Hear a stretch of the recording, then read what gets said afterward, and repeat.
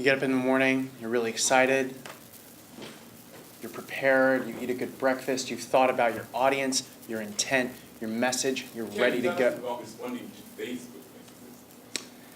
It's a good point, Tawanda. We're going to get to that in a second. When I was working at Geico, I really feel like there was something really important that we did in our meetings and presentations that you're definitely missing No, here. 12 pizzas. Half an hour. Building It's a so year. important that you talk about responding with power when your audience interrupts you. Just wait. Is that? No, really. How many of us have seen a speaker interrupted? We've all seen, heard of, or even been at some times a speaker who loses control of his speech or his presentation because of unexpected behavior from individuals in the audience. We realize that you can lose a lot of credibility this way, which will prevent you from connecting with your audience effectively, achieving your intent, or conveying clearly the message that you have for your audience. If you are a speaker who wants to learn how to more effectively respond with power, then we invite you to listen to us as we share some tips on how you can deal with these. There are 3 things that we'll talk about today. One is, how do you deal with interruptions from your audience? The second is, how do you interrupt some people who are rambling on with comments that are really not necessary? And finally, how do you deal with those ubiquitous digital distractions like Adam's Tinder swipes? Firstly, we'll talk about interruptions. All of us know that there are 3 reasons why people interrupt us. First of all, some high-status individuals might think that they've got far more interesting things to say than you, the speaker. Secondly, people might just not have an idea of where you're going with your presentation and have questions pop up in their mind. And lastly, there might be some time-sensitive questions that they have that they urgently need to raise with you. So what can you do about this? Firstly, preempt the interrupter. Make it clear to your audience right at the beginning how you would like them to bring up their questions or inquiries with you.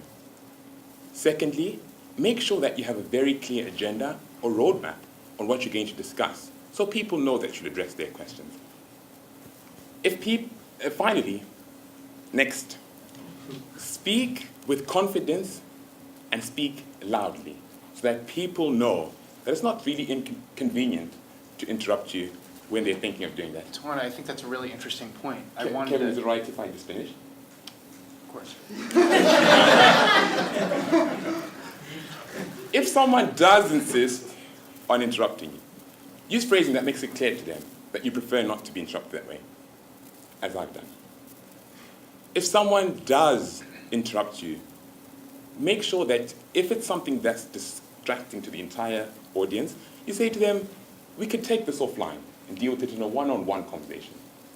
And finally, if this continues on and on and on, enlist the support of the group to ask, guys, is there a way that we can more effectively communicate?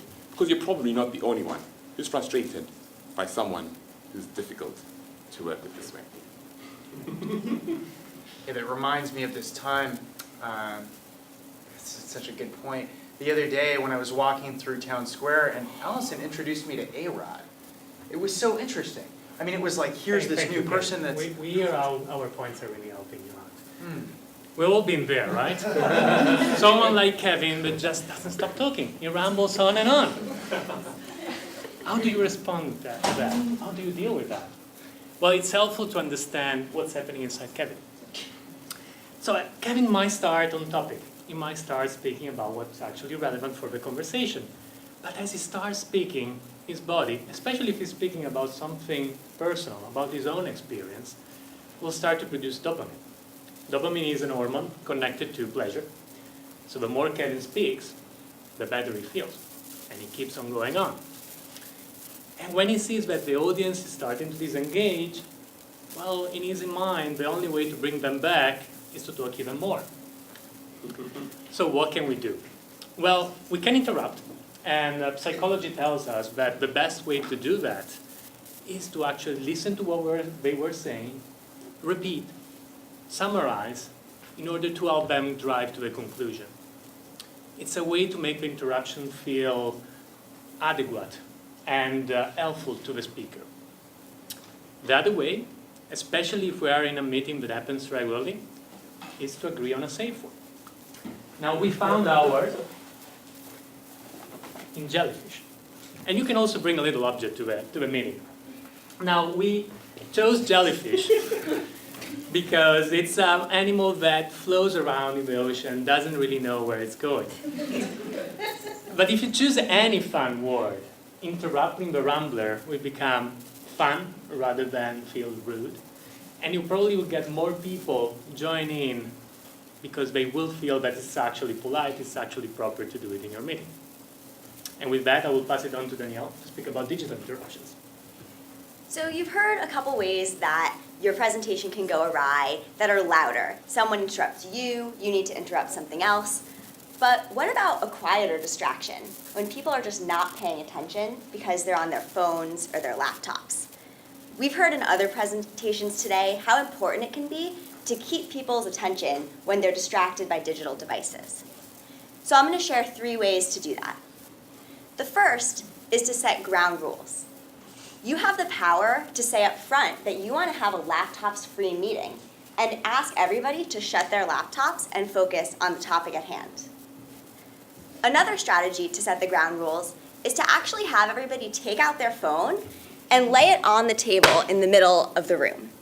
That makes it much harder to reach for your phone and start texting in the middle of a meeting because everybody will see what you're doing. So you can try that out next time you have a meeting. The second tip is to give a reason why you need people's attention. If people feel like their contribution is really important to the meeting, they're less likely to be distracted on their phone or computer because they know that they have something to add.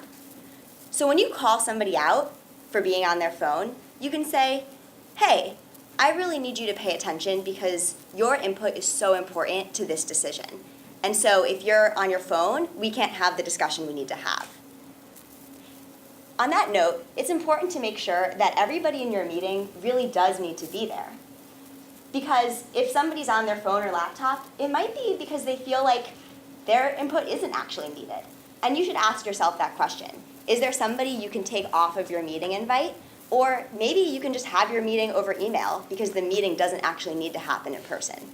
It's really important to make sure that everybody's attention actually is required so they're less likely to be distracted. And finally, decide when and how to interrupt the person who's distracted.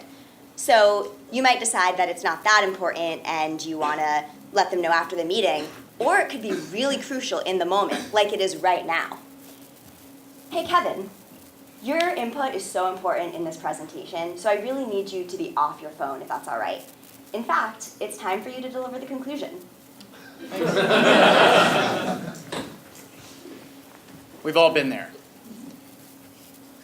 Things happen when we present.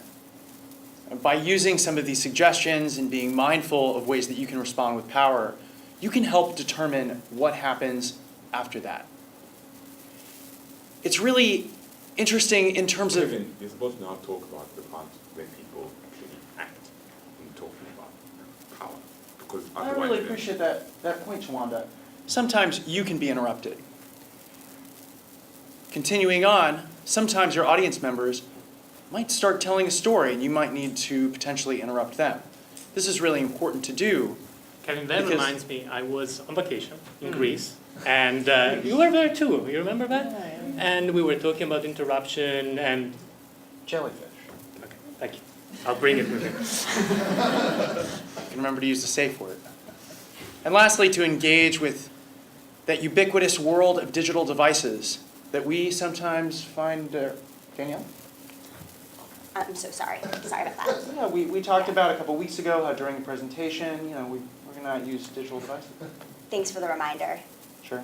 And with that, we're ready to take your questions.